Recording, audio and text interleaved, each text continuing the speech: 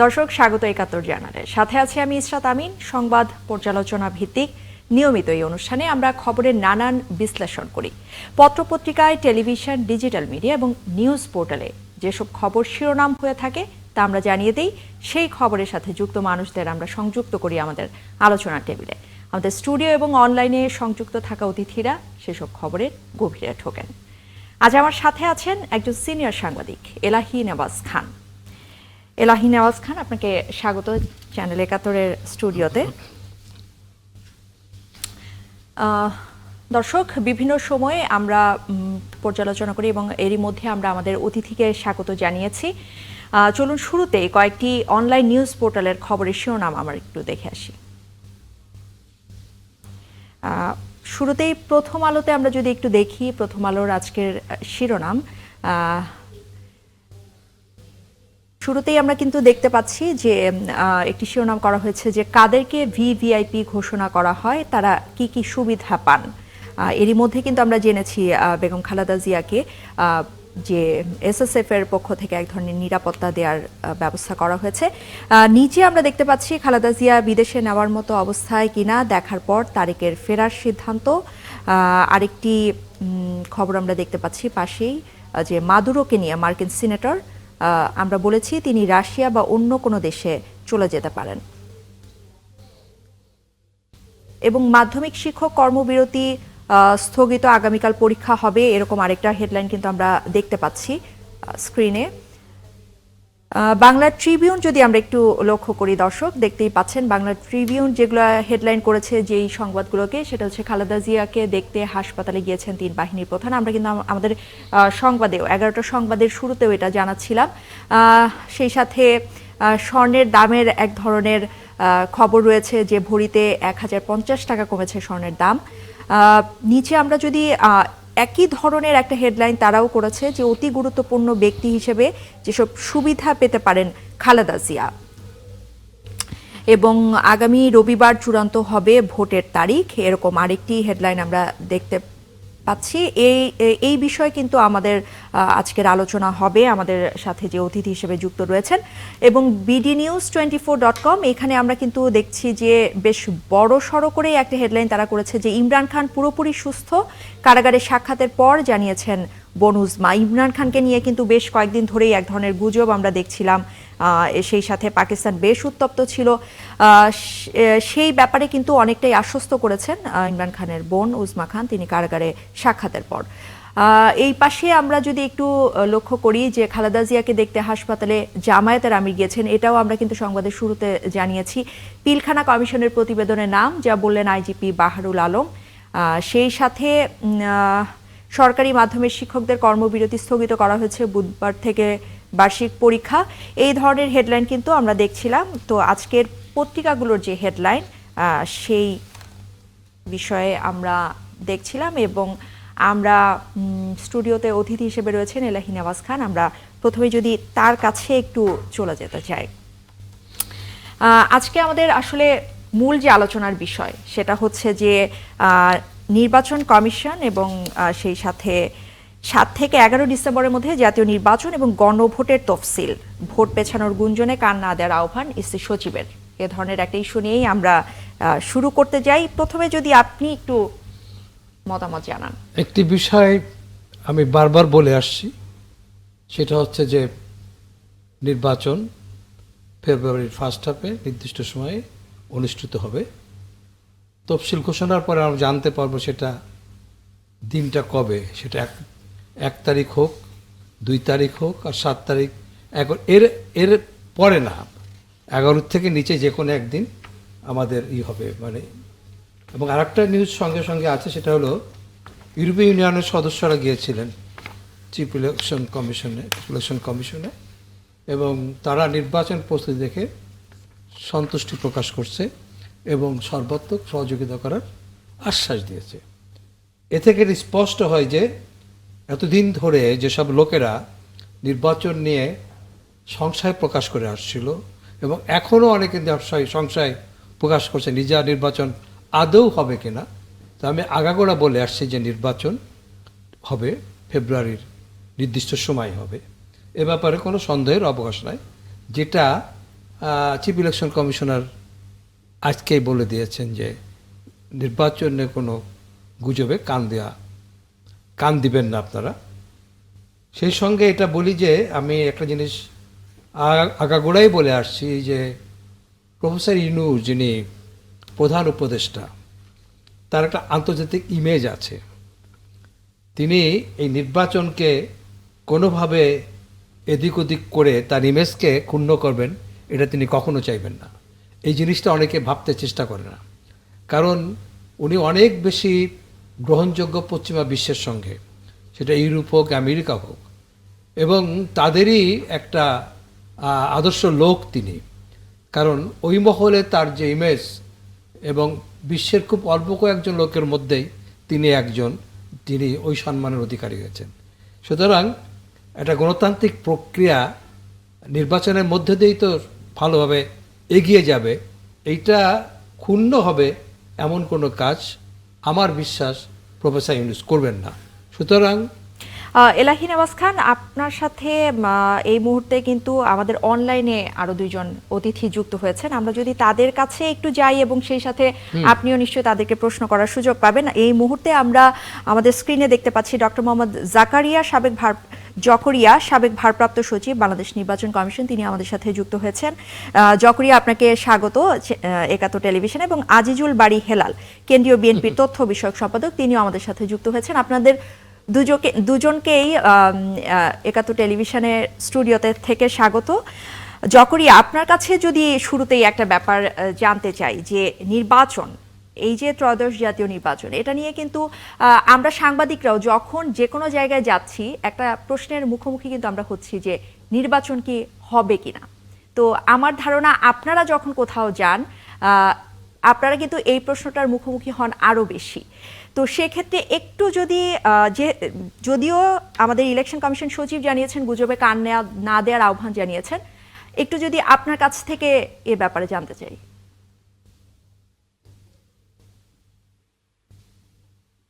যারা শুনছেন এবং যারা দেখছেন, নির্বাচন যেহেতু ত্রয়োদশ জাতীয় সংসদ নির্বাচন 2026 যেটা অনুষ্ঠিত হতে যাচ্ছে ফেব্রুয়ারি মাসে, সেই নির্বাচন অবশ্যই অনুষ্ঠিত হবে এটা বলা যায়।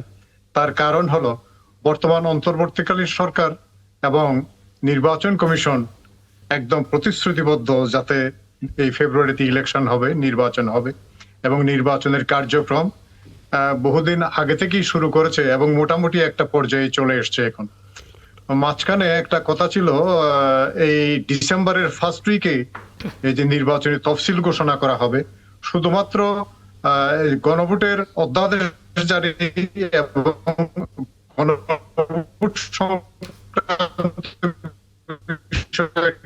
নিয়ে মানে সপ্তাহখানিক ধরনের আলোচনা হয়েছে। এই বিষয়টার জন্য কয়েকদিন একটু ডিলে হচ্ছে এবং টাইমলি হয়তো এই নির্বাচনী সময়সূচি জারি হবে। ডক্টর জকরিয়া, ফেব্রুয়ারির যদি নির্বাচন হয় ডিসেম্বরের সেকেন্ড উইকে, ডিসেম্বরের সেকেন্ড উইকে নির্বাচনী সময়সূচি হবে, এটা বলা যায়। এক পর্যায়ে চলে এসছে এবং বিভিন্ন রাজনৈতিক দল এবং অন্যান্য স্টেক হোল্ডার যারা আছেন তারা মোটামুটি নির্বাচনের এই প্রক্রিয়ায় নির্বাচনী এই ইয়েতে চলে এসছে, এই নির্বাচনী প্রক্রিয়ায় আছে। এবং যেটা কিছুক্ষণ আগে আমাদের সাংবাদিক জনাব যিনি আজকে আমাদের আলোচনায় আছেন তিনিও এটা বলেছেন এবং তার সাথে সুর মিলিয়ে আমিও বলতে পারি যথাসময়ে নির্বাচন অনুষ্ঠিত। ডক্টর জকরিয়া, আপনি থাকুন আমাদের সাথে। আরেকজন অতিথি আমাদের সাথে যুক্ত হয়েছিলেন আজিজুল বাড়ি হেলাল। আপনার কাছে যদি একটু জানতে চাই যে যেটা ডক্টর জকরিয়া আশ্বস্ত করলেন যে নির্বাচন হবে, সেক্ষেত্রে 2008-এর পরের যে নির্বাচনগুলো সেখানে কিন্তু আমরা মানুষের জনগণের আস্থার সংকট দেখেছি। সেক্ষেত্রে কি মনে হয় আপনার এবারের নির্বাচন যদি ফেব্রুয়ারিতে হয়, মানুষের আস্থা এটা রক্ষা করার ক্ষেত্রে আসলে ইলেকশন কমিশন কতটুকু কাজ করছে? দেখুন, আমাদের এবার যে নির্বাচনটা, এই নির্বাচনটা কিন্তু আমাদের গণতন্ত্রের স্বার্থে এবং আমাদের 24-এর গণ অভ্যুত্থানের স্বার্থে একটা উৎসব মুখর পরিবেশে এবং ফ্রি ফেয়ার ক্রেডিবল এইগুলো হওয়া উচিত আমি বলে মনে করি। এবং সেই বিষয়গুলোকে আপনার কনফার্ম করতে পারে রাজনৈতিক দলগুলো এবং নির্বাচনের সাথে সংশ্লিষ্ট যারা নির্বাচন কমিশন আছে এবং জনগণ। কিন্তু আপনি বলছেন নির্বাচন কমিশনের রোলটা, আমি আগে আরো অনেকটা টেলিভিশনে বলেছি যে আমাদের দেশের নির্বাচন কমিশনের আপনার ওয়ার্কফোর্স এটা কিন্তু খুবই লিমিটেড। আপনি দেখেন যে নির্বাচন কমিশনে কয়েকজন আর প্রত্যেকটা জেলায় নির্বাচন কমিশনার কিছু লোক কাজ করে, এই হলো তাদের মূল ওয়ার্কফোর্স। এই ওয়ার্কফোর্স দিয়ে এত বড় একটা নির্বাচন আপনার কন্ট্রোল করা কঠিন। কিন্তু আমরা যদি আপনার নির্বাহী বিভাগকে এবং ল এনফোর্সিং এজেন্সিস গুলোকে আপনার নির্বাচনের কমিশনের নিয়ন্ত্রণাধীন করতে পারি, এই ব্যাপারে যদি আমরা সবাই ঐক্যমত থাকি এবং আমরা এইভাবে কাজ করি, তাহলে কিন্তু নির্বাচনটা সুষ্ঠু এবং গ্রহণযোগ্য হবে। নির্বাচনটা সুষ্ঠু, গ্রহণযোগ্য এবং অ্যাকসেপ্টেবল টু অল, এইটা কিন্তু indispensable for the greater interest of our sovereignty, our democracy and as well as our আপনার 24th আগস্ট মার্চ আফসার্জ। এইটার জন্য আপনার আমাদের এই নির্বাচনটা গ্রহণযোগ্য হওয়া উচিত। এখন আমি মনে করি যে অবশ্যই আপনার যে নির্বাচন কমিশন যে ডেটটা এখনো স্কেডিউল ঘোষণা করেনি, কিন্তু সম্ভাব্য যে তারিখটা বলছে যে বিফোর 12 ফেব্রুয়ারি, এইটা আমার দৃঢ় বিশ্বাস যে এটা হবেই। যদি এক সেকেন্ডও নির্বাচনের তারিখ বা নির্বাচনের সময় পিছিয়ে যায়, তাহলে কিন্তু বাংলাদেশের 24-এর গণ অভ্যুত্থান, আমাদের গণতন্ত্র, আমাদের মানুষের যে ভোটের অধিকারের জন্য যে রক্ত দেয়া, এই সব কিছু মিছে হয়ে যাবে, মানে মিথ্যা হয়ে যাবে, বেহাত হয়ে যাবে। এই জন্য আমি মনে করি যে মিস ইনফরমেশন, ডিসইনফরমেশন যত কিছুই আপনারা পাচ্ছেন না কেন, এইসবের ভিতর থেকেই কিন্তু আমরা প্রকৃত ইনফরমেশনটা পেতে পারি যে জনগণ নির্বাচনের ব্যাপারে কতটা আগ্রহী। সুতরাং আমি একজন পলিটিক্যাল কর্মী হিসাবে আমি মনে করি যে অবশ্যই বাংলাদেশের নির্বাচনটা এবার উৎসব মুখর পরিবেশে এবং ফ্রি, ফেয়ার এবং ক্রেডিবল হবে, যেহেতু সমস্ত রাজনৈতিক দলগুলো এই নির্বাচনে অংশগ্রহণ করছে। এবং আমরা তো 24-এর গণ অভ্যুত্থানটা করেছিলামই একটি মানুষ তার পছন্দের নেতাকে যাতে ভোট দিতে পারে। সুতরাং এবারের নির্বাচনটা ডক্টর ইউনূস যেটা বলেছেন যে হিস্টোরিক্যাল নির্বাচন, অবশ্যই আমি মনে করি এটা একটা হিস্টোরিক্যাল নির্বাচন হবে এবং রিমার্কেবল নির্বাচন হবে, যে মানুষ তার পছন্দের ব্যক্তিকে বিনা বাধায় ভোট দিতে পারবে। আজিজুল বারী হেলাল, আপনাকে ধন্যবাদ আপনার গুরুত্বপূর্ণ মতামতের জন্য। আপনি থাকুন, আমরা আরেকটু ডক্টর জকরিয়ার কাছে যেতে চাই। ইউ প্রসঙ্গে যদি একটু কথা বলতে চাই, জকরিয়া জানাবেন যে ইউরোপীয় ইউনিয়ন কিন্তু নির্বাচন প্রস্তুতি নিয়ে বেশ সন্তোষ প্রকাশ করেছে এবং সহযোগিতার কথা জানিয়েছে। কোন কোন ক্ষেত্রগুলোতে আসলে ইউ নির্বাচন কমিশনকে সহায়তা করতে পারে? ইউ বিশেষ করে নির্বাচন পর্যবেক্ষণের ক্ষেত্রে, তারপরে বিভিন্ন ইকুইপমেন্টস, নির্বাচনী ইকুইপমেন্টস, এই সমস্ত ইয়ের ক্ষেত্রে, প্রশিক্ষণের ক্ষেত্রে, এই সমস্ত ক্ষেত্রগুলোতে ইউ নির্বাচন কমিশনকে সহযোগিতার আশ্বাস প্রদান করেছেন এবং বিভিন্ন লজিস্টিক সাপোর্ট এবং অন্যান্য বিষয়ও করবেন। ইতিমধ্যেই অন্যান্য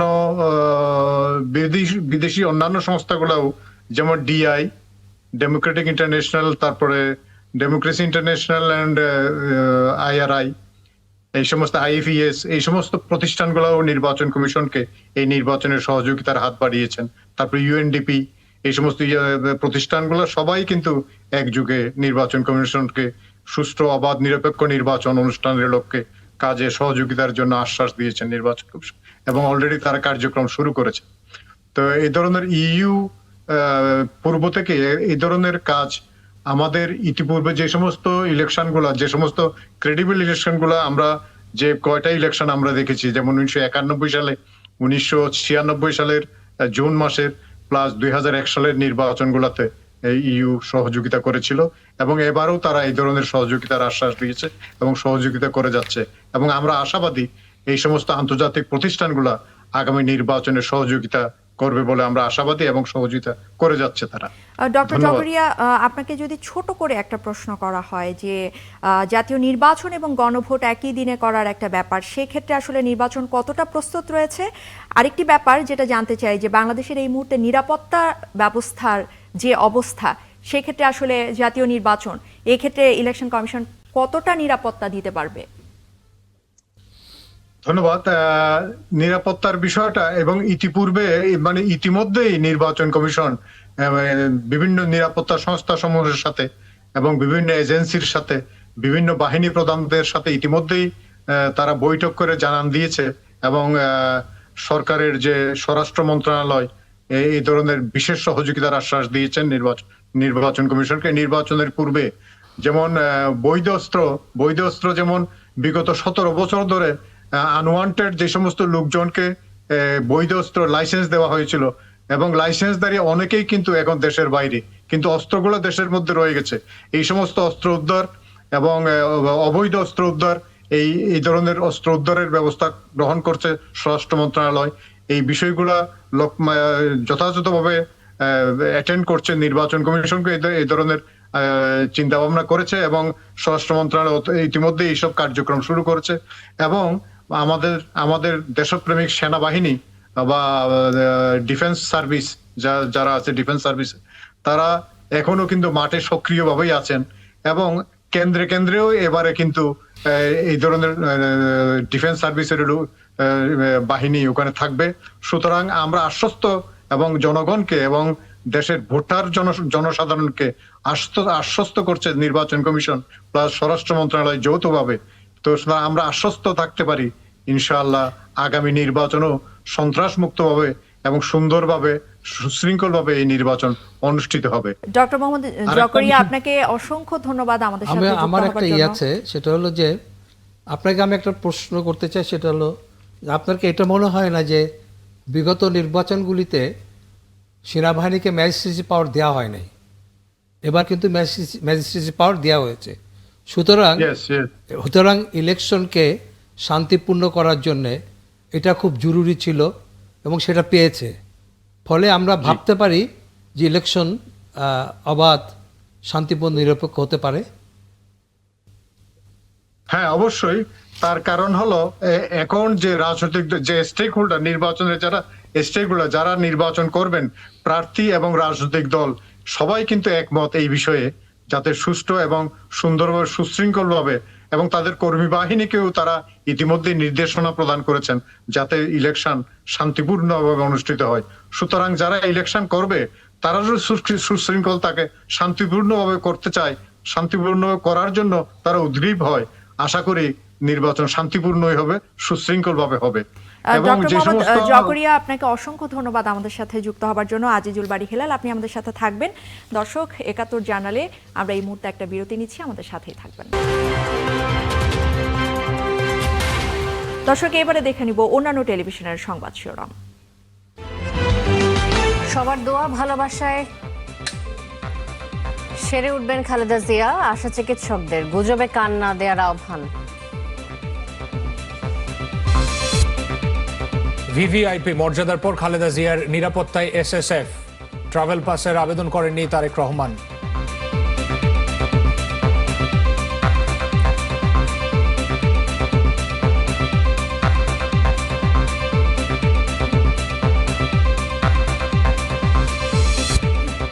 রাষ্ট্রপতি হওয়ার প্রস্তাব ফিরিয়ে দেন প্রধান বিচারপতি, চ্যানেল 24-কে জানালেন অজানা অনেক তথ্য।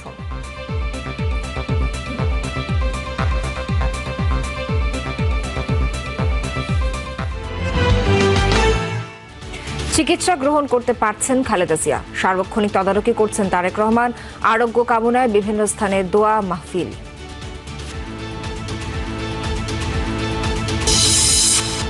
মার অবস্থা অপরিবর্তিত থাকলে শিগগির ফিরবেন তারেক রহমান, বললেন ফখরুল। ট্রাভেল পাসের আবেদন করেননি তিনি, জানালেন উপদেষ্টা। ক্ষমতায় গেলে জনগণকে অন্ধকারে রেখে সিদ্ধান্ত নেওয়া হবে না, মন্তব্য জামায়াত আমিরের। বরিশালে 8 দলের সমাবেশে ইসলামী সংবিধান প্রণয়নের প্রত্যাশা। চিকিৎসা গ্রহণ করতে পারছেন বেগম খালেদা জিয়া। গুজবে কান না দেওয়ার আহ্বান বিএনপির। চীনা বিশেষজ্ঞ দল আসছে যুক্তরাজ্যের চিকিৎসক আসতে। নিরাপত্তা নিশ্চিতে বেগম জিয়াকে ভিভিআইপি মর্যাদা। এভারকেয়ারে এসএসএফ পিজিআর মোতায়েন। শারীরিক অবস্থা অপরিবর্তিত থাকলে শিগগিরই দেশে ফিরবেন তারেক রহমান।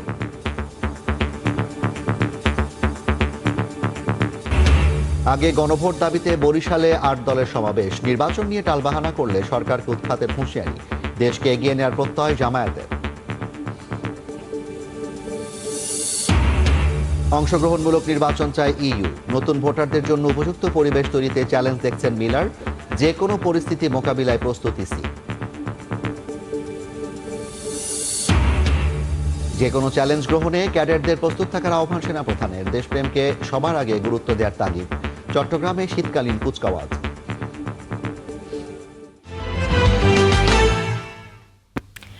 দর্শক, আমরা অন্যান্য টেলিভিশনের সর্বশেষ সংবাদ শিরোনামগুলো দেখছিলাম। এবারে খালেদা জিয়ার চিকিৎসা নিতে পারছেন, গুজবে কান না দেওয়ার আহ্বান, এই বিষয়ে আমরা একটু কথা বলবো। আমাদের সঙ্গে স্টুডিওতে রয়েছেন এলাহি নেওয়াজ খান, সিনিয়র সাংবাদিক, এবং এই মুহূর্তে অনলাইনে আমাদের সাথে যুক্ত রয়েছেন আজিজুল বারী হেলাল, কেন্দ্রীয় বিএনপির তথ্য বিষয়ক সম্পাদক। সেই সাথে রয়েছেন রাশেদ খান, সাধারণ সম্পাদক গণ অধিকার পরিষদ, এবং শেখ ফজলুল করিম মারুফ, প্রচার সম্পাদক ইসলামী আন্দোলন বাংলাদেশ। আপনাদের তিনজনকেই ৭১ টেলিভিশনের স্টুডিও থেকে স্বাগত। আমরা এলাহি নেওয়াজ খান, আপনার কাছে যদি এই বিষয়ে একটু জানতে চাই।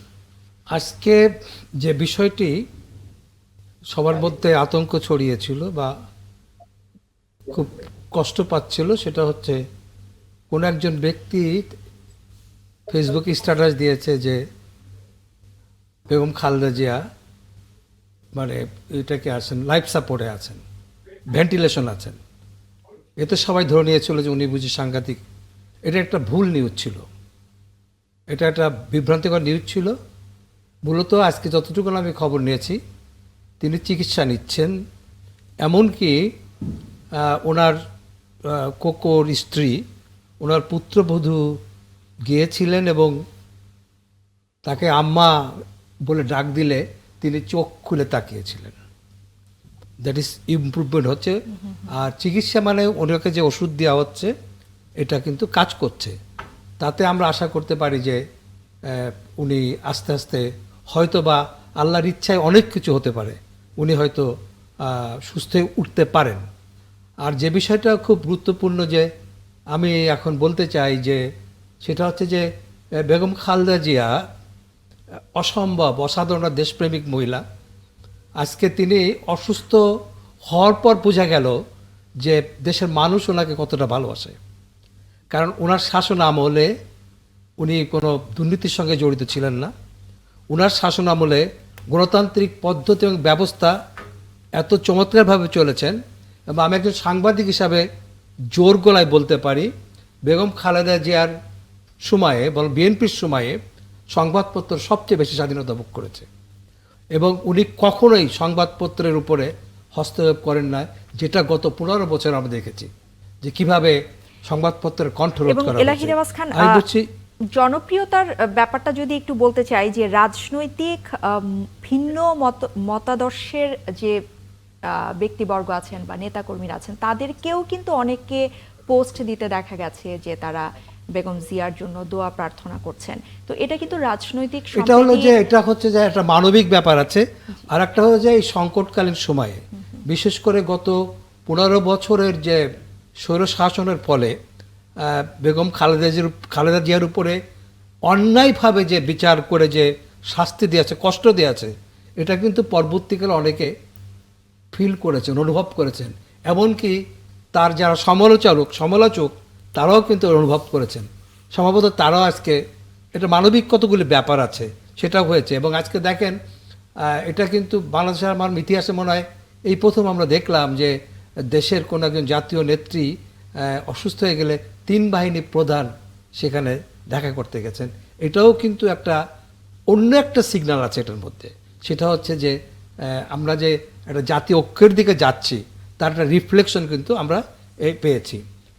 এমনকি বাংলাদেশের এই আগস্ট এবং জুলাই বিপ্লবের পরে যে বৈরিতা ভারত প্রদর্শন করছে, সেই ভারতের প্রধানমন্ত্রীও কিন্তু একটা স্ট্যাটাসে জানিয়েছেন তার সহানুভূতির কথা জানিয়েছেন। সমবেদনা যায়। এবং এলাহি নামাজ এটাও খান, আপনি থাকুন আমাদের সাথে। আমাদের তিনজন অতিথি যুক্ত হয়েছেন আমাদের সাথে। আমরা যদি আবারও আজিজুল বাড়ি হেলাল ওনার কাছে যেতে চাই। আজিজুল বাড়ি হেলাল, একটু জানাবেন, এলাহি নামাজ খান যেমনটা বলছিলেন যে আসলে এক ধরনের রাজনৈতিক সম্প্রীতিও কিন্তু তৈরি হয়েছে, বোঝা যাচ্ছে বেগম খালেদা জিয়ার প্রতি সবার এক ধরনের সহানুভূতি। একটু যদি আপনার কাছে জানতে চাই যে বেগম জিয়ার শারীরিক অসুস্থতা এবং তারেক জিয়ার দেশে ফেরা না ফেরা, এটা আসলে বাংলাদেশের রাজনীতিতে কোনো ধরনের প্রভাব ফেলতে পারে কিনা, বা কতটা প্রভাব ফেলতে পারে?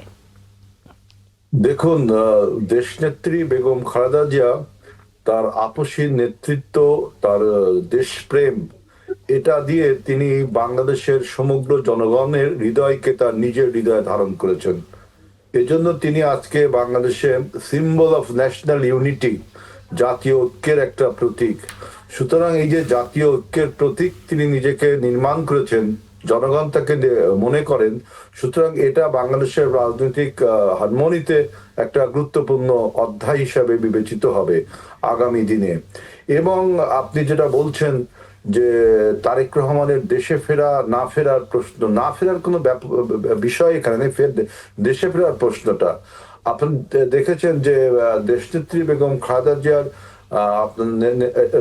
এলাহি নেওয়াজ খান ভাই যেটা বললেন যে তিনি তার ইমপ্রুভ করছে তার শারীরিক সুস্থতা। যদি এভাবে ইমপ্রুভ করতে থাকে তাহলে তাকে কিন্তু আরো বেটার চিকিৎসার জন্য লন্ডন জন হপকিন্স ইউনিভার্সিটি হসপিটালে নেওয়া হবে। সুতরাং সেখানে যদি নেওয়া হয় এবং এভাবে যদি ইমপ্রুভ হয় তাহলে তো তারেক রহমানের সেখানে থাকা প্রয়োজন। এখন আপনি বলতে পারেন তাহলে এখন যে ক্রিটিক্যাল সিচুয়েশন, তাহলে তিনি আসছেন না কেন?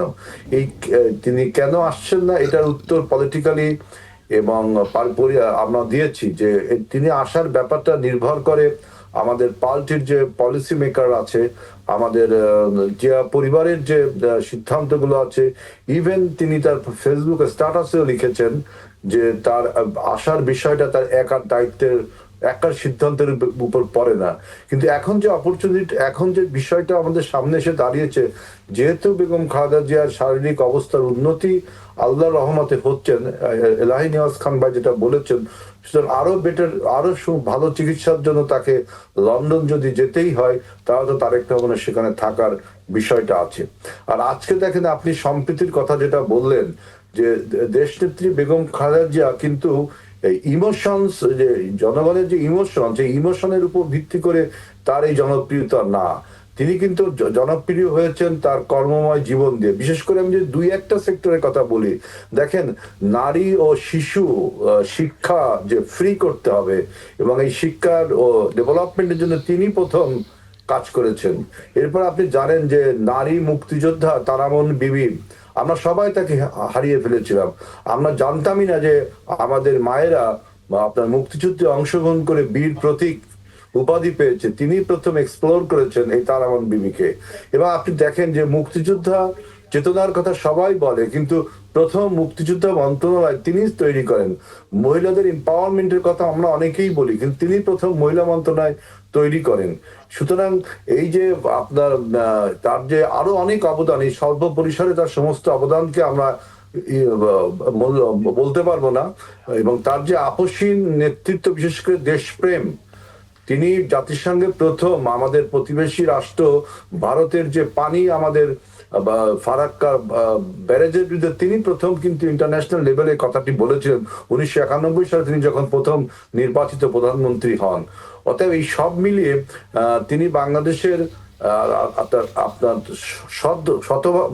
শতভাগ দেশপ্রেম তার ভিতর জনগণ পরিলক্ষিত করেছে বিধায় আজকে অ্যাক্রস দ্য কান্ট্রি সমস্ত মানুষ তার স্বাস্থ্যের খবরাখবর নিচ্ছে এবং তার জন্য দোয়া করছে। এটা আমি আজিজুল বাড়ি হেলাল, আপনি থাকুন আমাদের সাথে। ধন্যবাদ আপনাকে। একটু যদি আমরা আবার রাশেদ খান, সাধারণ সম্পাদক গণ অধিকার পরিষদ, রাশেদ খান আপনার কাছে যদি একটু জানতে চাই আসলে বেগম জিয়ার শারীরিক অবস্থা বিষয়ে, এবং বিভিন্ন ধরনের গুজব কিন্তু আমরা গতকাল বা আজকে ফেসবুক পেজের মাধ্যমে দেখেছি। সেই সাথে আসলে এই গুজব নিয়ন্ত্রণে কি ধরনের কিছু করা যেতে পারে কিনা। আরেকটি ব্যাপার জানতে চাচ্ছিলাম যে এই যে বেগম জিয়ার অসুস্থতা, এটা আসলে বাংলাদেশের রাজনীতি এবং আসন্ন নির্বাচন, এই দুইটাতে কি ধরনের প্রভাব ফেলতে পারে? ধন্যবাদ, সবাইকে শুভেচ্ছা। আমি যেটি বিশ্বাস করি সেটি হলো বেগম খালেদা জিয়া, সাবেক প্রধানমন্ত্রী, তিনি সুস্থ হয়ে আমাদের মাঝে ফিরে আসবেন এবং আগামী ফেব্রুয়ারি মাসে যথাসময়ে নির্বাচন অনুষ্ঠিত হবে। আর গুজবের কথা যেটি বললেন, দেখেন আমি গতকাল দেখলাম, তার আগের দিন দেখেছি যে এআই এর মাধ্যমে ভিডিও তৈরি করা হয়েছে এবং সাবেক প্রধানমন্ত্রী তিনি আইসিইউতে আছেন, তিনি কষ্ট পাচ্ছেন এবং অনেকে দেখলাম সেই ভিডিওগুলো শেয়ার করছে। তার মানে আমাদের দেশের মানুষ এখনো পর্যন্ত সচেতন না, তারা আসলে গুজবে বিশ্বাস করে এবং এই গুজবের যে বিশ্বাস করে এটা সুযোগ নিয়ে অনেকে কিন্তু শুধুমাত্র ভিউ বাণিজ্য করার জন্য সাবেক প্রধানমন্ত্রী বেগম খালেদা জিয়া তিনি মানে খুবই অসুস্থ, যে কোনো সময় মারা যেতে পারেন, এই ধরনের গুজব ছড়িয়ে দেওয়া হচ্ছে। দেখেন, হায়াত মৌত কিন্তু আল্লাহর হাতে, আমরা প্রত্যেকেই এক সময় না এক সময় চলে যাব, কিন্তু এই মৃত্যু নিয়ে এক ধরনের গুজব ছড়িয়ে দেওয়া এটা আসলে অনাকাঙ্ক্ষিত। আর জনাব তারেক রহমানের দেশে ফেরা নিয়ে যেটি এখানে হেলাল ভাই বললেন, আমার কাছে মনে হয় যে যথার্থই। যদি তারেক রহমানের দেশে ফেরা বিষয়ে আপনার কাছে আমরা জানতে চাচ্ছি না এই মুহূর্তে। আপনার কাছে আরেকটি প্রশ্ন আমাদের রয়েছে, সেটা হচ্ছে যে আপনারা কিন্তু এরই মধ্যে 150 আসনে প্রার্থী দিয়েছেন, কিন্তু যেটা আগে শোনা যাচ্ছিল যে আপনারা বিএনপির সাথে জোটে যেতে যাচ্ছেন। তো 150 আসনে প্রার্থী ঘোষণার ক্ষেত্রে আসলে সেক্ষেত্রে তাহলে আপনাদের আসন্ন নির্বাচন নিয়ে পরিকল্পনা কি? দেখেন, বাংলাদেশে যে নির্বাচনের ইতিহাস, সেই ইতিহাসটা মূলত জোটবদ্ধভাবে বিএনপির সাথে 2022 সাল থেকে আমরা যুগপৎ আন্দোলন করেছি এবং সেই আন্দোলনে প্রায় 43টি দল একসাথে আমরা লড়াই করেছি। এদিকে গণঅভ্যুত্থানের পরে আবার অনেকগুলো দল একসাথে জোট বেঁধে আন্দোলন করা বা নির্বাচনের প্রস্তুতি নিচ্ছে, যেমন জামাত ইসলাম সহ ইসলামী আন্দোলন বাংলাদেশ। আর বিএনপির সাথে আমরা যারা যুগপৎ আন্দোলনে ছিলাম, আমাদের একটা কমিটমেন্ট ছিল যে জাতীয় সরকার গঠন করা। আর গণ অধিকার পরিষদ আমরা শুরু থেকেই কিন্তু বলে আসছি, বিশেষ করে গণ অভ্যুত্থানের পরে আমরা যেটি বলেছিলাম যে জাতীয় সরকার যদি গঠন না করেন তাহলে এই রাষ্ট্রের সংস্কার, রাষ্ট্রের পরিবর্তন বা এই গণ অভ্যুত্থানের সফলতা সেটি আমরা আসলে ভোগ করতে পারবো না। ঠিক এই বিষয়গুলো আমরা এখন লক্ষ্য করছি যে সরকার এক ধরনের ব্যর্থতায় সরকার কিন্তু পৌঁছে গেছে। এখন যদি সুষ্ঠু নির্বাচনের মধ্য দিয়ে সরকার বিদায় নেয়, তাও মানুষ কিন্তু এই সরকারকে অনেকটা সফল বলবে। এখন আমরা 150টি আসনে এই ধাপে মানে দ্বিতীয় ধাপে আমরা প্রার্থী ঘোষণা করেছি। এর আগে আমরা 50টি আসনে ঘোষণা করেছিলাম। সর্বমোট আমরা প্রায় 200টি আসনে প্রার্থী ঘোষণা করেছি। আমরা এই মুহূর্তে আমাদের মাঠ পর্যায়ে কি অবস্থা সেটি আমরা দেখার চেষ্টা করছি, সার্ভে করছি, গণসংযোগ করছি, পথসভা করছি। আর আমরা 21 সালে গঠিত একটি রাজনৈতিক দল, আমাদের তো মানুষের কাছে যেতে হবে। তফসিল ঘোষণার পরে আমরা সিদ্ধান্ত নিব যে আসলে আমরা কার সাথে জোটে যাব বা কিভাবে আসলে আমরা নির্বাচনে অংশ নিব। এর আগে জামাত ইসলাম কিন্তু বিএনপির সাথে জোটবদ্ধভাবে নির্বাচনে অংশ নিয়েছে। এখন আবার তারা বিএনপির সাথে জোট না করে তারা ইসলামী আন্দোলন সহ আরো কয়েকটি দলের সাথে জোট করছে।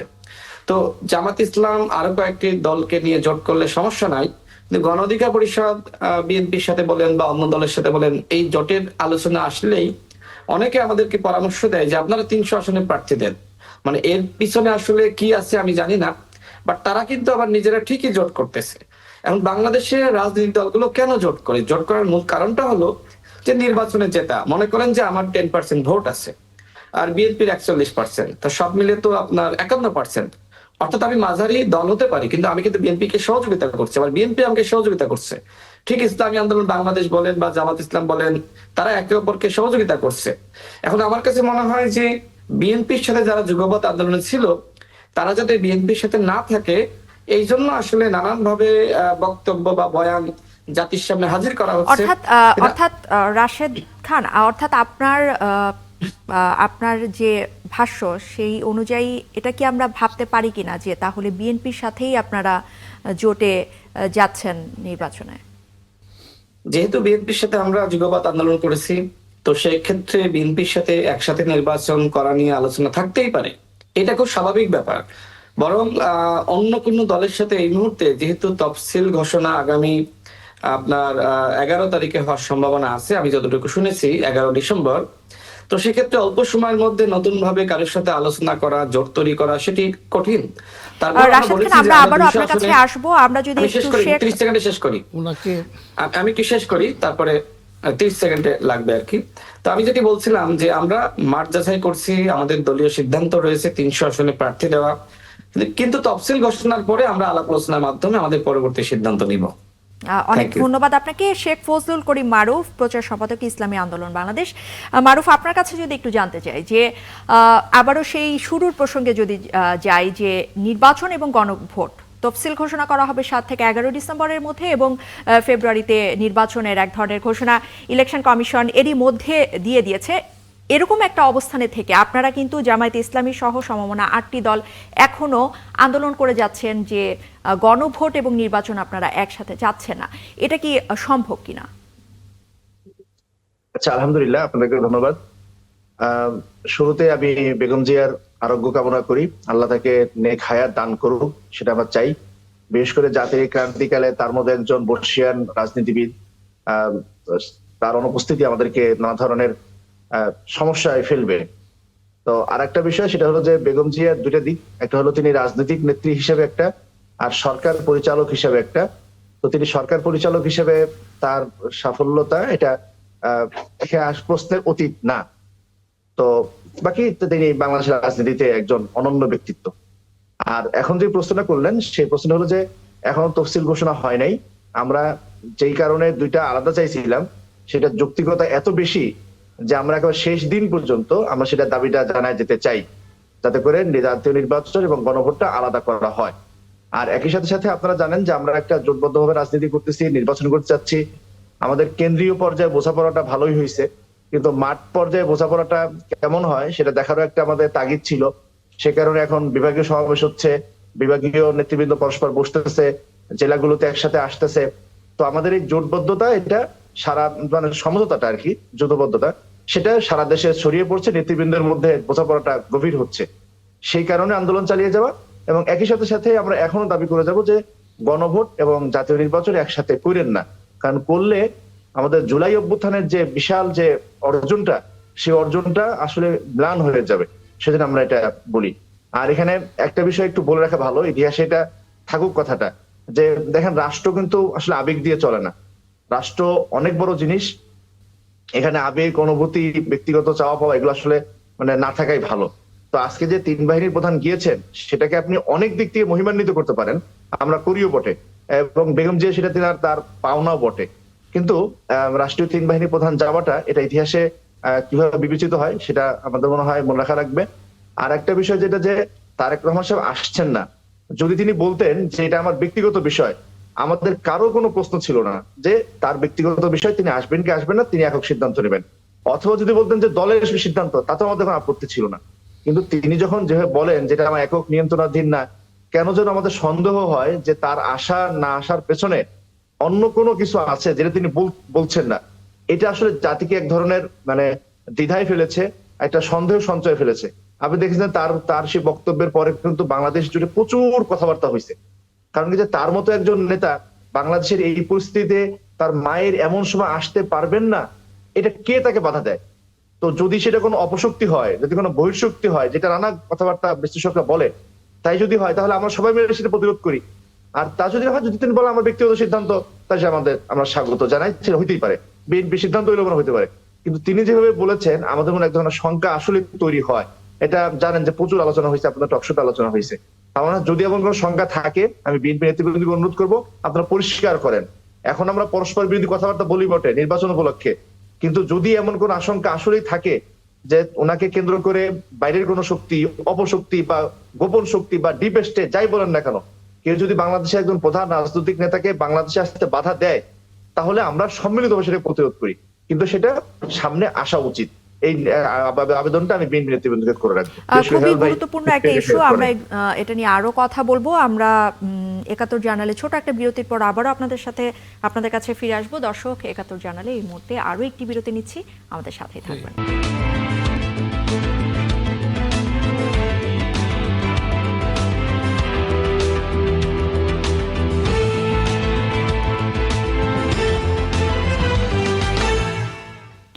দর্শক, ৭১ জানালে আরও একবার স্বাগত জানাচ্ছি। বেশ কিছু বিষয় নিয়ে আমরা কথা বলছিলাম। আমাদের ৭১-এর স্টুডিওতে উপস্থিত রয়েছেন এলাহি নওয়াজ খান, সিনিয়র সাংবাদিক, এবং আমাদের সাথে অনলাইনে যুক্ত রয়েছেন আজিজুল বারী হেলাল, কেন্দ্রীয় বিএনপির তথ্য বিষয়ক সম্পাদক, রাশেদ খান, সাধারণ সম্পাদক গণ অধিকার পরিষদ, এবং শেখ ফজলুল করিম মারুফ, প্রচার সম্পাদক ইসলামী আন্দোলন বাংলাদেশ। আমরা আবারও যদি একটু এলাহি নওয়াজ খান আপনার কাছে জানতে চাই, যে বিষয়টা নিয়ে আমরা আসলে বিরতির আগে কথা বলছিলাম, যে খালেদা জিয়ার অসুস্থতা এবং তারেক জিয়ার দেশে ফেরা না ফেরা, এটা নিয়ে কিন্তু গত ৩-৪ দিন ধরে বেশ ধোঁয়াশা তৈরি হয়েছে জনগণের মনে। সেই সাথে আমরা কিন্তু সোশ্যাল প্ল্যাটফর্মের মাধ্যমে দেখছি বিভিন্ন ধরনের গুজব ছড়াচ্ছে। তো এই ব্যাপারটা যদি একটু জানতে চাই, যে আসলে তারেক জিয়া দেশে ফিরবেন কি ফিরবেন না, এবং না ফেরা, যদি না ফিরেন তাহলে সেটার পিছনে আসলে কি ধরনের আপনাকে আমি যেহেতু এই পরিবারের অনেকের সাথে আমি ঘনিষ্ঠভাবে সম্পর্কিত, বিশেষ করে বেগম খালেদা জিয়া, তারেক রহমান, এদেরকে অনেক কাছের থেকে দেখেছি এবং চিনি। একটা জিনিস আপনি দেখেন যে এই ফ্যামিলিতে যে ট্র্যাজেডিগুলি ঘটেছে, এই তারেক রহমান এবং কোকো, ওরা শিশু অবস্থায় তার পিতার মর্মান্তিক হত্যাকাণ্ডের ঘটনা তারা দেখেছে, এটা একটা দিকেন। এবং মায়ের সামনে এবং বড় ভাইয়ের সামনে ছোট ভাইয়ের মৃত্যু তারা দেখেছে। এবং তারেক রহমান নিজে, তারেক রহমান তার পিতা একটা বিশাল রাজনৈতিক ব্যক্তিত্ব, যে সামরিক শাসক থেকে রাষ্ট্রনায়কে পরিণত হয়েছিলেন। তার মা 2-3বার প্রধানমন্ত্রী হয়েছিলেন। তার রাজনীতি করার অধিকার আছে।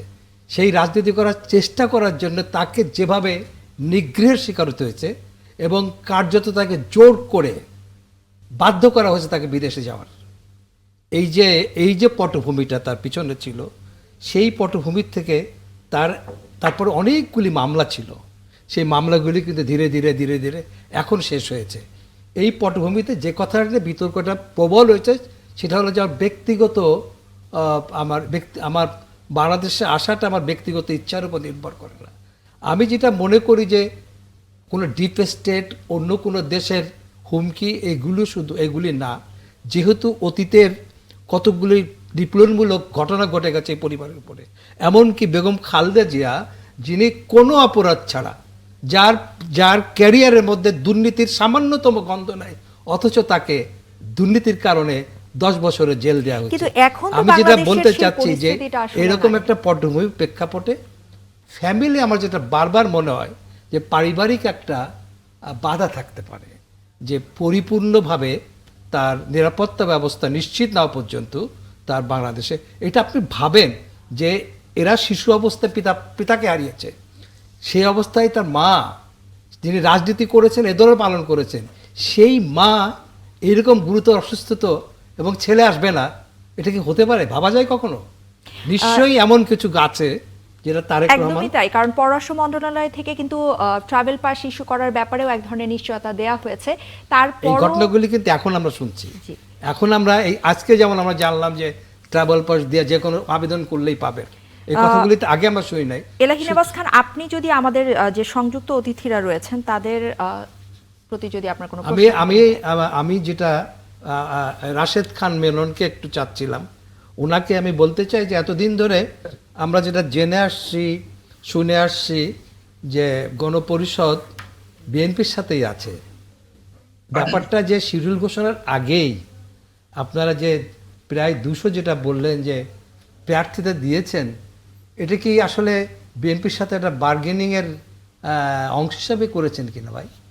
রাশেদ খান, আপনাকে রাশেদ খান মেনন বানিয়ে দেওয়া হয়েছে নেওয়াজ ভাই, কিন্তু আসলে আপনি অনেক তরুণ, বড় হয়ে গেছেন।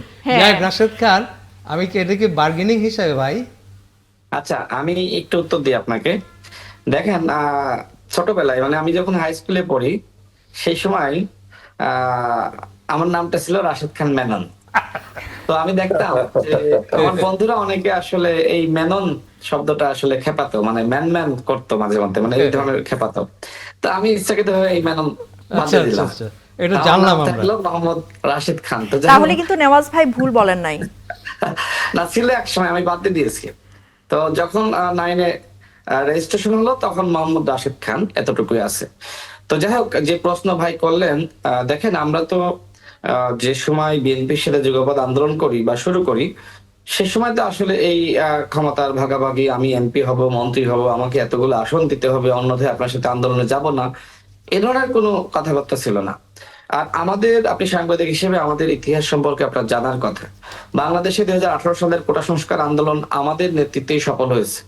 সেই আন্দোলন নেতৃত্ব দিতে গিয়ে আমি নিজে সর্বপ্রথম অ্যারেস্ট হয়েছি, 15 দিন রিমান্ডে নির্যাতনের শিকার হয়েছি। এখনো পর্যন্ত সেই নির্যাতনের যন্ত্রণা আমাকে ভোগ করতে হয়।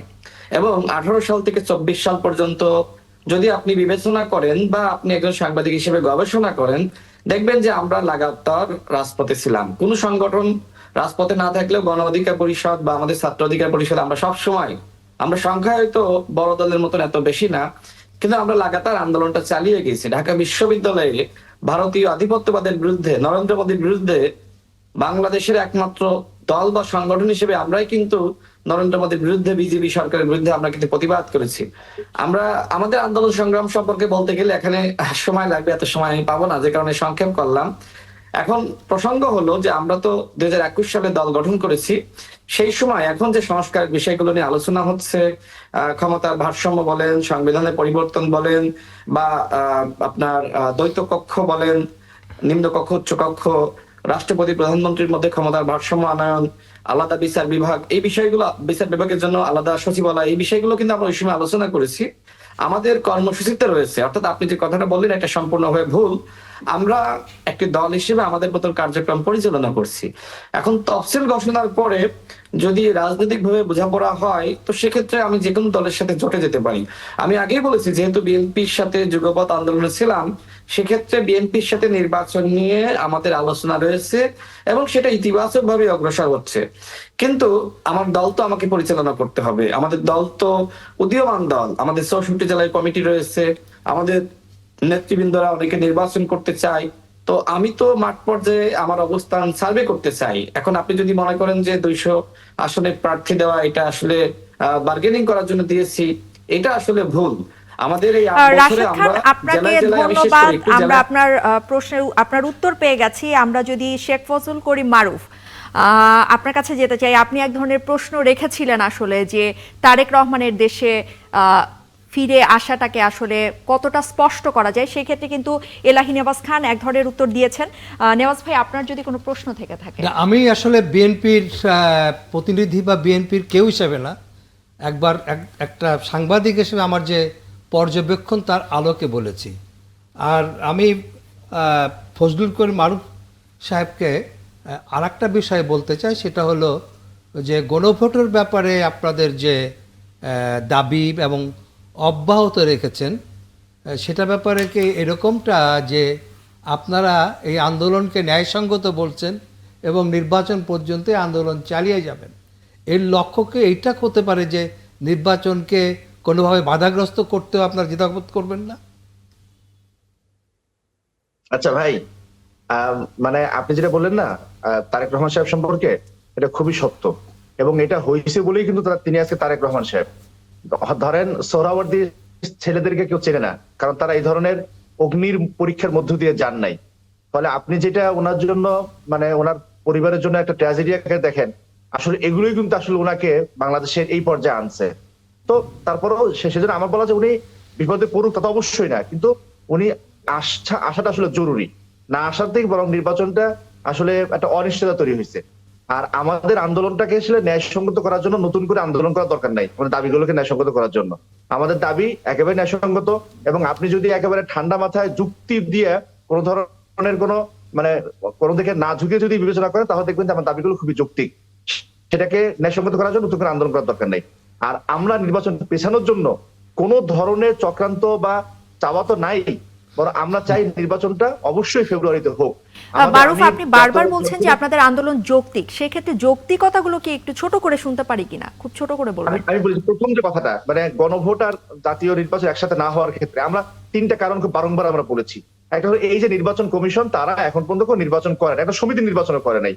তারা যাদেরকে দিয়ে নির্বাচন করবে তারা ডামি ভোট করছে, নাইলে রাতের ভোট করছে। তো এমন একটা কমিশনের কাছে আপনি এমন বড় 2টা নির্বাচন, জাতীয় নির্বাচন, গণভোট ছেড়ে দিচ্ছেন, তারা পারবে কিনা এটাই তো আসলে পরীক্ষা হয় নাই। দ্বিতীয় যেটা সবচেয়ে মারাত্মক বিষয়, সেটা হলো দেখেন, এখনই আমি বিএনপি রাশেদ খান ভাই 3 রকম কথা বলছি, কিন্তু এই সংস্কারের বিষয়গুলো সবাই আমরা হ্যাঁ ভোটের পক্ষে। সাধারণ মানুষ যখন দেখবে যে তিনজন তিন রকম কথা বলে তার তার ইশতেহার নিয়ে মার্কা নিয়ে, তখন তারা মনে করবে যে গণভোটের যে মানে বিষয়গুলো সংস্কারের সেগুলো মনে হয় মতভিন্নতায় ভরা। তখন এইখানে ভোট পড়ার সংখ্যাটা কমে যেতে পারে। আপনি জানেন যে এইখানে আমাদের শুধু 60-70% ভোট পাইলে হবে না, একটা বড় সংখ্যক ভোট পাইতে হবে। এইখানে আমাদের আসলে বড় আশঙ্কার জায়গাটা যে জুলাই আন্দোলনের যে সংস্কারগুলো সব তো হয় নাই, অনেকগুলো বিএনপির কারণে হয় না, বিএনপি নোট অফ ডিসেন্ট দিয়ে রাখছে, পাতা দিচ্ছে, যেগুলো হয়েছে সেগুলোর পক্ষেও হা ভোট আনাটা আসলে কঠিন হয়ে যাবে। শেখ ফজলুল করিম মারুফ, আপনাকে ধন্যবাদ। এলাহি নেওয়াজ, আপনি নিশ্চয়ই উত্তরটা পেয়ে গেছেন। আমরা যদি উত্তরটা পুরোপুরি পাই নাই, উনি যে আমাদের আসলে সময় খুব কম, আজিজুল বাড়ি হেলাল ওনার কাছে যদি আমরা একটু ছোট করে জানতে চাই যে একটি বিষয় নিয়ে গত 2 দিন ধরে বেশ আলোচনা হচ্ছে যে অতি গুরুত্বপূর্ণ ব্যক্তি হিসেবে বেগম খালেদা জিয়াকে এক ধরনের স্বীকৃতি দেওয়া হয়েছে এবং সেক্ষেত্রে স্পেশাল সিকিউরিটি ফোর্সের নিরাপত্তা প্রদান করা হয়েছে তাকে। তো এই সবকিছু মিলিয়ে আসলে এই যে পদক্ষেপ, এটাকে আপনারা কিভাবে দেখছেন? না, এটা অবশ্যই আপনার একটি ভালো পদক্ষেপ, কারণ উনি যে ভিভিআইপি এটা জনগণ দ্বারা স্বীকৃত হয়েছে অনেক আগেই।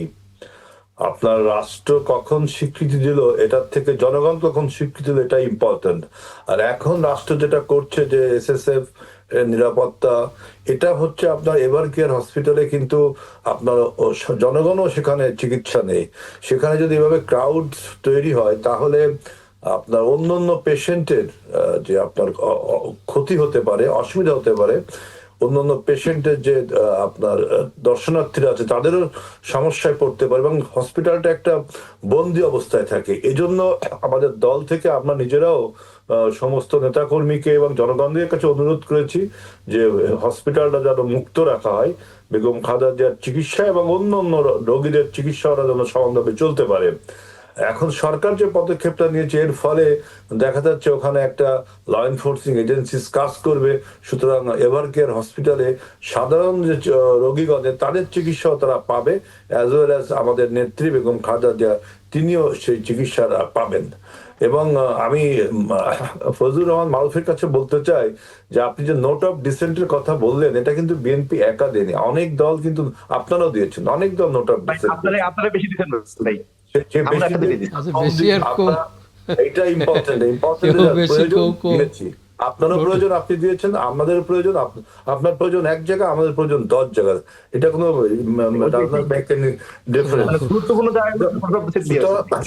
সুতরাং আর একটা বললেন যে তারেক রহমানের দেশে ফেরা, এটা দেখেন আপনি বলছেন যে ব্যক্তিগত ব্যাপার হবে কেন, তিনি তো দেশের একজন নেতা।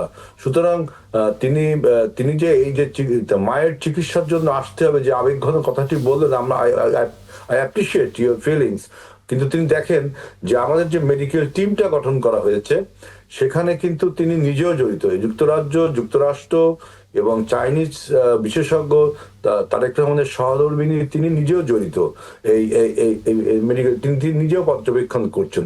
এখন বলছেন আজিজুল বাড়ি হেলাল, আপনাকে এই মুহূর্তে একটু থামাতে হচ্ছে আপনাকে আপনাদের তিনজনকে অসংখ্য ধন্যবাদ যে রাজনৈতিক সম্প্রীতির কথা আমরা সবসময় বলি, সেটা আজকের অনুষ্ঠানে আপনারা তিনজন অতিথি সুন্দরভাবে বজায় রেখেছেন এবং আপনাদের গুরুত্বপূর্ণ মতামতের জন্য আপনাদের তিনজনকে ৭১ স্টুডিও থেকে আবারও ধন্যবাদ।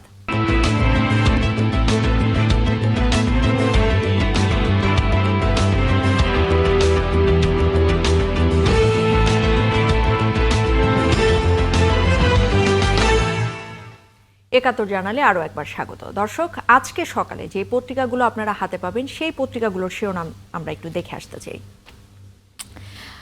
শুরুতেই বণিক বার্তা আমরা দেখছি বণিক বার্তা কিন্তু এরই মধ্যে তাদের হেডলাইন করেছে, শিরোনাম যেটা করেছে যে খালেদা জিয়ার চিকিৎসার খোঁজ নিতে হাসপাতালে 3 বাহিনীর প্রধানরা, চিকিৎসা গ্রহণ করতে পারছেন এই মুহূর্তে ডাক্তার জাহিদ হোসেন, যেটা জানিয়েছেন। সংবাদ প্রতিদিন কিন্তু এক ধরনের হেডলাইন করেছে যে প্রথমেই তারা দিয়েছে গুজবে কান না দেওয়ার অনুরোধ বিএনপির, যেটা যে জীবন মৃত্যুর সন্ধিক্ষণে বেগম খালেদা জিয়া। আমরা যদি আমাদের সময় একটু দেখি, আমাদের সময় কিন্তু আবার এক ধরনের ভিন্ন ধরনের শিরোনাম করেছে, যেটা জাতীয় নির্বাচন গণভোট 12 ফেব্রুয়ারির মধ্যে। এর পরের পত্রিকাটা যদি আমরা দেখি, খবরের কাগজ, সেটাতে একটি শুরুতেই যে হেডলাইনটা আমরা দেখতে পাচ্ছি, ভোটের আগে জোট গঠনের নানান সমীকরণ, সেই সাথে আরেকটি হেডলাইন করেছে তারা, 12 থেকে 15 ডিসেম্বরের মধ্যে ফিরছেন তারেক রহমান। ইনকিলাব কিন্তু বেশ মানে একটা রেড হেডলাইন করেছে, সুখবরের প্রতীক্ষায় জাতি। কি ধরনের সুখবর সেটা কিন্তু নিচে তারা দিয়ে দিয়েছেন যে চিকিৎসকদের চিকিৎসা এই মুহূর্তে গ্রহণ করতে পারছেন বেগম জিয়া, কোনো ধরনের গুজবে কান না দেওয়ার আহ্বান জানিয়েছেন ডাক্তার জাহিদ, এবং চীনের পর যোগ দিচ্ছেন যুক্তরাজ্যের চিকিৎসক দল।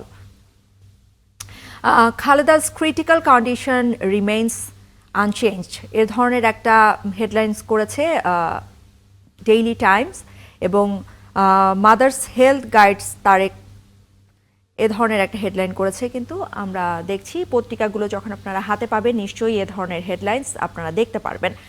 আমাদের সাথে স্টুডিওতে যুক্ত রয়েছেন এলাহি নেওয়াজ খান, তিনি সিনিয়র সাংবাদিক, এবং আমাদের সাথে এই মুহূর্তে অনলাইনে যুক্ত হচ্ছেন ব্যারিস্টার তাজউদ্দিন শাহ, সিনিয়র আইনজীবী, সুপ্রিম কোর্ট যুক্তরাষ্ট্র।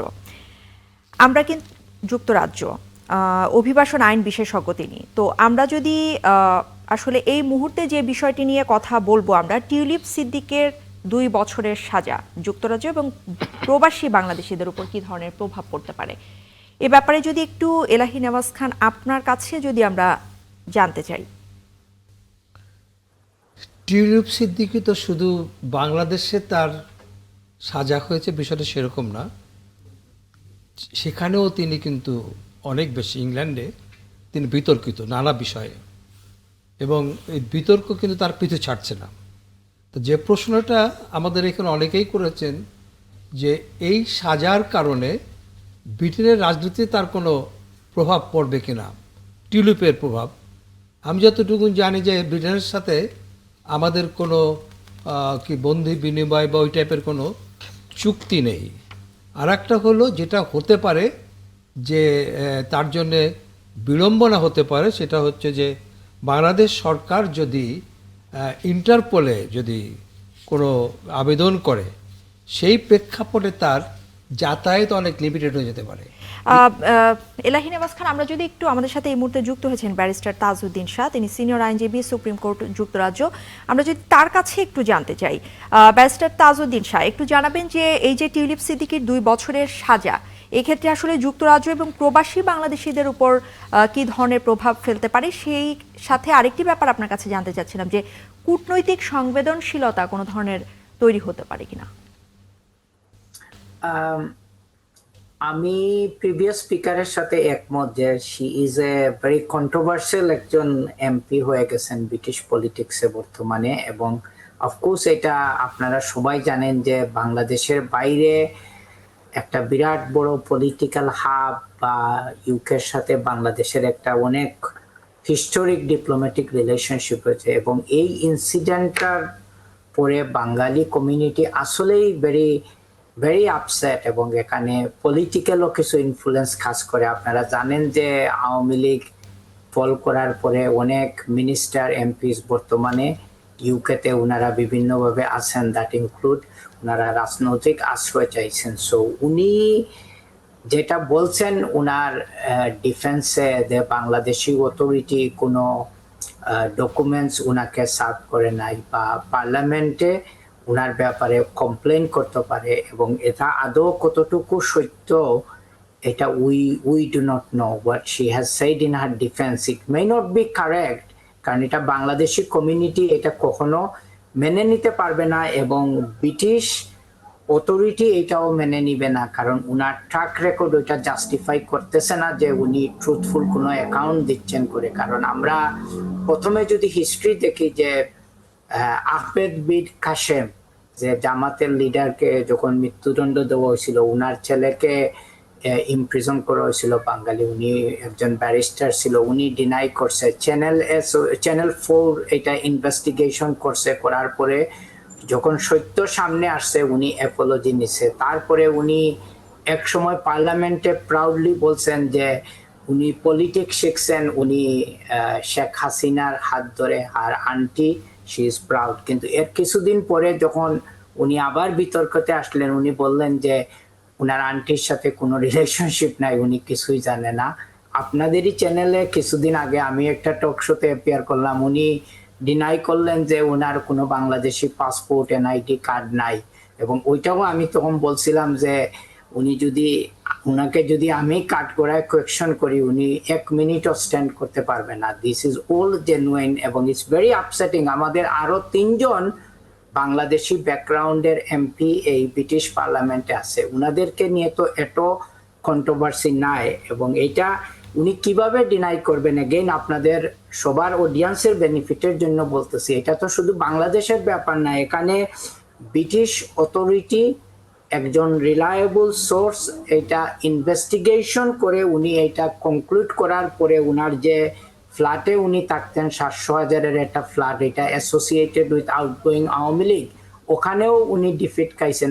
উনি বলছেন যে উনি পাবলিককে মিসলিড করছেন, পার্লামেন্টকে মিসলিড করছেন। এবং আমি যেটা বলবো যে এটা Bangladeshi authority through Bangladesh high commission এটা অ্যাপ্রোপ্রিয়েট স্টেপস নেওয়া দরকার, কারণ উনি যেভাবে মানে বাংলাদেশকে গতকালকে কমেন্ট করছেন এবং উনার কিছু লেবার কলিগ এটা নিয়ে কমেন্ট করছেন যে এভরিথিং ইজ পলিটিক্যালি মোটিভেটেড, এবং এটা আমি একমত হইতে পারতেছি না। ব্যারিস্টার তাজউদ্দিন শাহ, আপনাকে যদি একটু ছোট করে প্রশ্ন করি, যে আপনার কথার ভিত্তিতে যদি প্রশ্ন করি যে সেক্ষেত্রে আসলে এত ধরনের কন্ট্রোভার্সি এবং একইভাবে টিলিপ সিদ্দিকের স্টেটমেন্টের মধ্যেও কিন্তু আমরা অনেক ধরনের পার্থক্য দেখেছি আগে এবং পরে, সেক্ষেত্রে আসলে তাহলে এই যে বিচার প্রক্রিয়া সেটা কোন দিকে যেতে পারে? অবভিয়াসলি এটা বাংলাদেশ থেকে উনার এগেইনস্টে জাজমেন্ট হয়েছে, এবং এটার যদি ইনফোর্সেবিলিটিতে আসি, আসলে বাংলাদেশ এবং ইউকের মধ্যে এইরকম কোনো ইন্টারন্যাশনাল ট্রিটি নাই যেটার ভিত্তিতে বাংলাদেশি অথরিটি রিকোয়েস্ট করতে পারে যে উনি বাংলাদেশে যেতে হবে, কিন্তু এটার জন্য লবি করতে পারে। বাট ম্যাক্সিমাম যেটা হচ্ছে কি Bangladeshi authority through Bangladesh high commission আর এখানকার যারা বাংলাদেশি কমিউনিটি আছে ওনারা যদি লবি করে, অফকোর্স সবার বাংলাদেশের জন্য মায়া আছে, তাইলে হয়তো এমনটা হইতে পারে উনার পলিটিক্যাল পজিশন হয়তো উনি লস্ট করতে পারে, because it has become too much. And আমি মনে করি যে সময় আসছে যে এখানে উনার পার্টি প্রাইম মিনিস্টার ইনভলভ হয়ে, উনাকে তো একবার অলরেডি সিটি মিনিস্টার থেকে উনি রিজাইন করতে হয়েছে, এবং এবার হয়তো সময় আসছে যে she needs to resign as a MP, because উনার প্রতি আর পাবলিকের কোনো কনফিডেন্স নাই। ব্যারিস্টার তাজউদ্দিন শাহ, অসংখ্য ধন্যবাদ আপনাকে আমাদের সাথে আমার যুক্ত একটা হওয়ার প্রশ্ন জন্য। ছিল ব্যারিস্টারের কাছে। আমরা আসলে একদমই শেষের দিকে চলে এসেছি। এলাহি নওয়াজ খান, আমার মনে হয় না প্রশ্ন করার মতো আর কোনো সময় আছে। এলাহি নওয়াজ খান, আপনাকে অসংখ্য ধন্যবাদ আমাদের স্টুডিওতে এসে আপনার মূল্যবান সময় দেওয়ার জন্য। দর্শক, এই ছিল আজকের ৭১ জানালে। এতক্ষণ সাথে থাকার জন্য ধন্যবাদ সবাইকে।